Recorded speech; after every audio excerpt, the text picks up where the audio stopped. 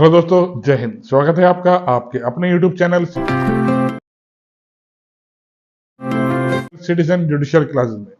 मैं एडवोकेट शाह फैजल आज आपको रिलीज डीड किस तरीके से लिखी जाती है वो बताऊंगा। रिलीज डीड किस संपत्ति को लेकर लिखी जा सकती है और कौन पक्षकार अपनी संपत्ति के संदर्भ में रिलीज डीड लिख सकते हैं उसके बारे में बताऊंगा। गिफ्ट डीड और रिलीज डीड में क्या अंतर होता है और क्या संबंध दोनों में है ये बताऊंगा आपको। गिफ्ट डीड कब लिखी जाती है और रिलीज डीड कब लिखी जाती है ये बताऊंगा। सेल डीड और रिलीज डीड में क्या अंतर होता है ये भी बताऊंगा। किन किन का रजिस्ट्रेशन कराया जाना आवश्यक होता है ये भी बताऊंगा आपको। दोस्तों, इंपॉर्टेंट वीडियो होगी जो आपके बहुत काम आएगी।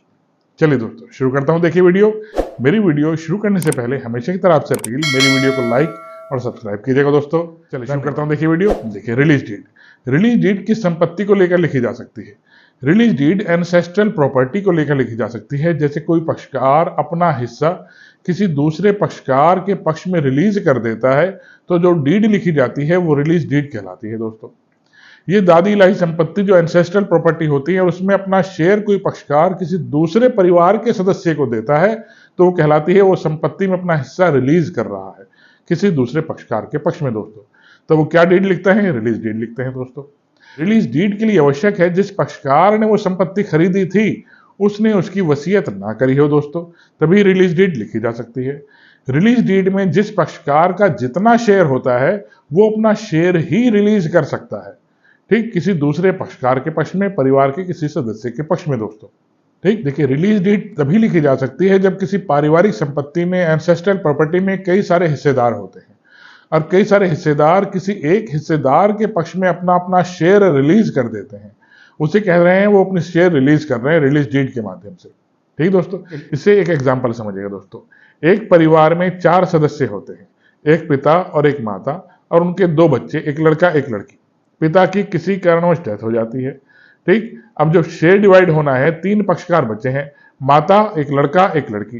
लॉ के हिसाब से 1/3 में शेयर डिवाइड होना चाहिए था, बराबर हिस्सा तीनों को मिलता है। दोस्तों, लेकिन मां अपना शेयर और बहन अपना शेयर भाई के पक्ष में रिलीज कर देती हैं तो उसे कहा जाता है वो अपना शेयर रिलीज कर रही हैं, अपना शेयर रिलीज डीड के माध्यम से छोड़ रही हैं। ठीक, अपना अधिकार छोड़ रही हैं किसके पक्ष में? अपने भाई के पक्ष में।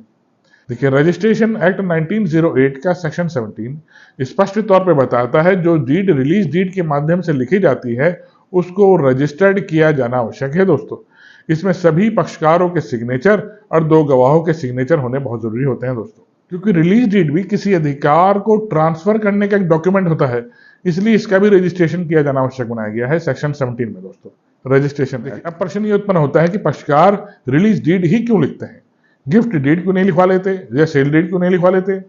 देखिए, गिफ्ट डीड और सेल डीड में खर्चा बहुत आता है, स्टैंप ड्यूटी बहुत ज्यादा लगती है। इसी से बचने के लिए पक्षकार रिलीज डीड लिखते हैं। इसमें खर्चा भी बहुत कम आता है और छोटी प्रक्रिया होती है, जल्दी से वो डॉक्यूमेंट तैयार हो जाता है। दोस्तों, देखिए, किसी किसी राज्य में रिलीज डीड नहीं लिखी जाती। दोस्तों, वहां गिफ्ट डीड को ही रजिस्टर्ड कराना पड़ता है, जैसे वेस्ट बंगाल हो गया या उड़ीसा हो गया। उन राज्यों में ज्यादातर गिफ्ट डीड को ही रजिस्टर्ड कराना पड़ता है कि वहां रिलीज डीड का कोई उल्लेख नहीं किया। अब आगे देखिएगा रिलीज डीड किस तरीके से लिखी जाती है। रिलीज डीड में सब पक्षकारों के नाम, उनके पते, ठीक दोस्तों, सब स्पष्ट उल्लेख होना चाहिए। उन सब के आधार कार्ड होने चाहिए, आधार कार्ड नंबर रिलीज डीड में लिखे जाने चाहिए। 2 गवाहों के सिग्नेचर होने चाहिए, उनके आधार कार्ड, उनके नंबर लिखे जाने चाहिए, मोबाइल नंबर भी लिखे जाने चाहिए सब पक्षकारों के।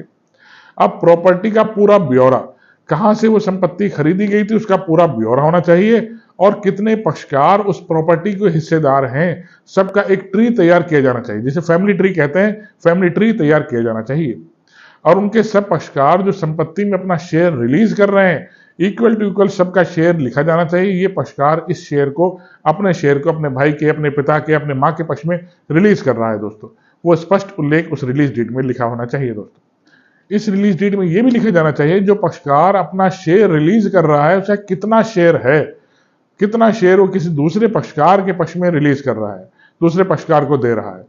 ठीक दोस्तों, उसका शेयर स्पष्ट तौर पे लिखा जाना चाहिए। लास्ट में डिक्लेरेशन होना चाहिए कि अब मेरा इस संपत्ति में कोई हिस्सा नहीं रहा है, मैंने अपना शेयर अपने भाई को या अपनी बहन को ट्रांसफर कर दिया है। दोस्तों, स्पष्ट उसका डिक्लेरेशन होना चाहिए। दोस्तों, रिलीज डीड के प्रत्येक पेज पर प्रत्येक पक्षकारों के सिग्नेचर होने चाहिए और लास्ट के पेज पर सिग्नेचर दोनों पार्टीज के और दोनों गवाहों के होने चाहिए। ठीक, फिर वो रजिस्ट्रार ऑफिस में जाएंगे, स्टैंप ड्यूटी उचित स्टैंप ड्यूटी लगाकर वहां पर उसे गिफ्ट डीड में सबसे अच्छा कौन सा होता है? देखिए सबसे अच्छा तो रिलीज डीड होती है, इसमें स्टैंप ड्यूटी कम लगती है। ठीक, रिलीज डीड में। गिफ्ट डीड में आमतौर पर जैसे उत्तराखंड हो गया, उत्तर प्रदेश हो गया, 20 से 25,000 रुपए खर्चा प्रश्न उत्पन्न होता है। गिफ्ट डीड और रिलीज डीड में क्या संबंध होता है और क्या अंतर होता है, और कौन सा सबसे अच्छा ट्रांसफर करने का माध्यम माना जाता है दोस्तों? देखिए रिलीज डीड और गिफ्ट डीड में सबसे अच्छा ट्रांसफर करने का माध्यम रिलीज डीड होता है दोस्तों। रिलीज डीड में एक को ऑनर अपना शेयर दूसरे को ऑनर को ट्रांसफर करता है, जबकि गिफ्ट डीड में कोई भी पक्षकार अपना शेयर किसी दूसरे को गिफ्ट देता है। ठीक दोस्तों, इसे क्या है, उसने अपना शेयर किसी दूसरे के नाम गिफ्ट कर दिया, दान कर दिया, इसे अंतर होता है।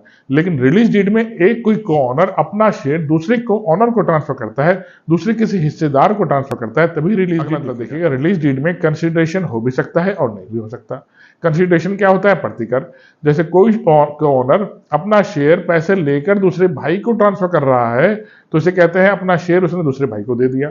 तो रिलीज डीड में पैसा भी हो सकता है, प्रतिकर भी हो सकता है। लेकिन गिफ्ट, जब कोई संपत्ति किसी को की जाती है तो बिना कंसिडरेशन के, बिना प्रतिकर के ट्रांसफर किया जाता है। प्रतिकर की अहमियत इसमें नहीं होती गिफ्ट डीड में। अगला अंतर देखिएगा, रिलीज डीड जो संपत्ति आपको विरासत में प्राप्त हुई है वही संपत्ति दूसरे को ट्रांसफर की जा सकती है, को ऑनर को, दूसरे को ऑनर को। लेकिन गिफ्ट डीड में किसी प्रकार की कोई भी संपत्ति किसी को भी गिफ्ट दी जा सकती है, जरूरी नहीं कि वो उसकी विरासत में प्राप्त की गई संपत्ति। किसी भी प्रकार की संपत्ति गिफ्ट डीड में किसी भी पक्षकार को गिफ्ट की जा सकती है दोस्तों। लेकिन रिलीज डीड में आवश्यक है जो संपत्ति ट्रांसफर की जा रही है वो उसकी एंसेस्ट्रल प्रॉपर्टी, विरासत में प्राप्त की गई संपत्ति होनी चाहिए। लेकिन गिफ्ट डीड किसी भी प्रकार की प्रॉपर्टी को गिफ्ट किया जा सकता है जो उसे विरासत में मिली है या उसने कोई स्वयं खरीदी है। देखिए अगला एक प्रश्न और उत्पन्न होता है। एक परिवार में, जैसे मैंने बताया एग्जाम्पल में आपके 3 सदस्य थे, माँ, बहन और भाई।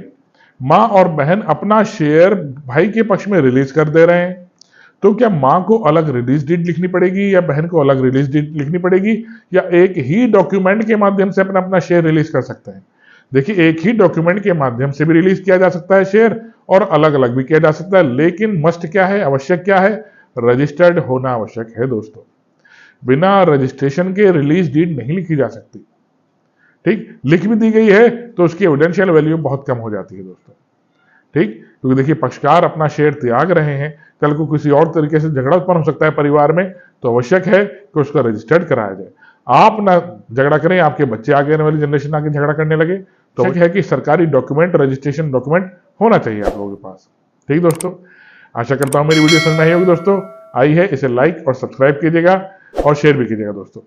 मैं आने वाले समय में और भी अच्छी वीडियोज आपके लिए लेकर आ रहा हूं दोस्तों, तैयार रहिएगा। जय हिंद दोस्तों, धन्यवाद।